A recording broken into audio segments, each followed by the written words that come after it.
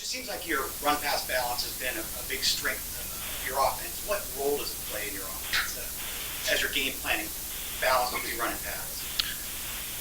I don't think we look at it as that. We just look at opportunities to gain yards and how do we utilize our personnel to the best of their ability, and that's what we're trying to do. And then once we understand what our players can do really well, then match up against them defensively, and then really, a lot of it is what is the defense going to try to do to you?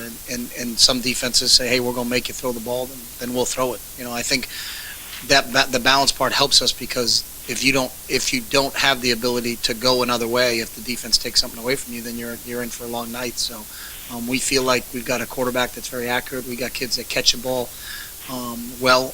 outside and at tight end, and the backs coming out of the backfield, and we also feel that we can run it. So it's really, we got a overall comprehensive package in. Then it really depends on how the defense is going to try to defend you and what they're going to try to take away. Coach, Elliott says he thinks the D-line is probably the strength of that team. How would you assess their play so far? I've been really impressed with our D-line, and I think, with Taylor and Ricky and Wade and Isaac and Dion, we got a bunch of guys in there. We rotate a lot of guys. We've been doing that we're in our fourth year now, kind of running what we do defensively system. But it starts no matter where you are in football up front, whether it's the offensive line on the offensive side of the ball or defensive line on the defensive side of the ball. And I think those guys have been playing at a very high level. A couple of them said that they feed off each other. When one gets a sack, they're excited for a second and they're jealous and they get their own sack. Do you see that? Yeah, and we try to, we talk about that. Great plays rub off, so we want to celebrate as a team. And if someone's doing something well, you want to kind of see if maybe you can rub that off on yourself. But you watch those guys; they generally really care about the guy to the right of them and the guy to the left of them, and they get excited when they do it. But they also kind of that horizontal leadership kind of ups it at every position. If all of a sudden Taylor Hart's cranking it up and getting a couple sacks, and Wade wants to compete and raise his game to match that game, and it's a good way to do things, and I think those guys do thrive off each other. So. Coach, Avery Patterson, statistically over the years, his contributions have grown and grown and grown. What have you seen as his areas of improvement as a player for Avery Patterson? I think first and foremost his understanding of what we're doing, but he's got a great skill set, tough sucker, can really run, as competitive as we got back there, and it's just his opportunities have become, he's just gotten more opportunities, but he's played a ton of football for us, so it wasn't like his first time, even though maybe it might have been his first start, and we don't really get caught up in the start aspect of things because he may not have played the first play in the game, but contributed a ton of football for us and had some huge plays for us in the last couple of years. The fumble he caused in the Stanford game, just certain things kind of show up with him, but he's an unbelievable competitor. I think what he's really improved on is his knowledge. So we play him in a lot of different spots and move him around a lot, and it makes it a little bit more difficult on the defense because you don't know exactly where Avery's lining up, but that tells you a little bit about his knowledge of the game and the ability to do that with him, is that he's got a great understanding of playing a couple positions. Your first order of business to keep him contained, or what? How are you going to approach defending him? And just like we do with any mobile quarterback, you got to make sure you understand where the rush lanes are and whatnot. And obviously, he's the focal point of that offense. We've got a chance to see him for 2 years now. He got his first start really here against us in Otson a couple of years ago when Jake couldn't go. So he can beat you with his feet. He's a really good passer, really good thrower. He's got a good understanding. He's been in Sark's system for a while now, so I think he's got a real good grasp of what they're doing. So whenever you play against a mobile quarterback, you got to make sure that you're, especially in the drop back game, that your rush lanes are where they're supposed to be, and we're making sure that we understand that he can take off and beat you with his feet as well as beat you with his arm.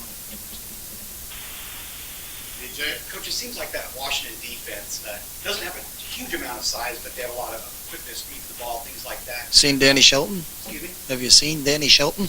Well, okay, he would be a definite exception, but in general, when you're facing, let's call that a speed defense, for lack of a better term, how does that change your game planning? I don't look at it as a speed defense. I mean, they got two humongous defensive tackles in there, so they've got some athletic kids on the edges, but I don't have the exact height and weights, but they're not, they're a little bit more athletic at the defensive end spot, but those two tackles are both 330 plus kids, so we don't look at that as our game plan is that this is a speed defense. This is two real tough physical inside kids that they can get big at inside linebacker. They got one kid who comes in that's 240, 245, so I think they got that. They got size at safety, so we're not looking at it as that it's just solely a speed defense. I just think it's a really well coached group and a lot of athletic guys, but they got big guys that are athletic guys too. So.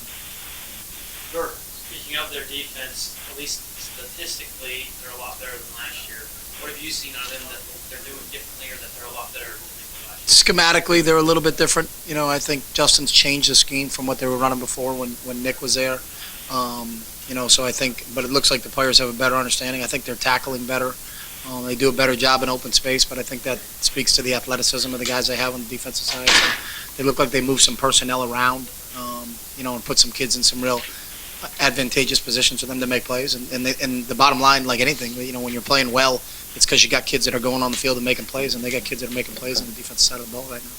Murphy, because he starts, but you rotate guys just as much as you always do. So when you're determining who gets a start, you almost just a reward for the week of practice, and then It really isn't. I mean, and I know we get.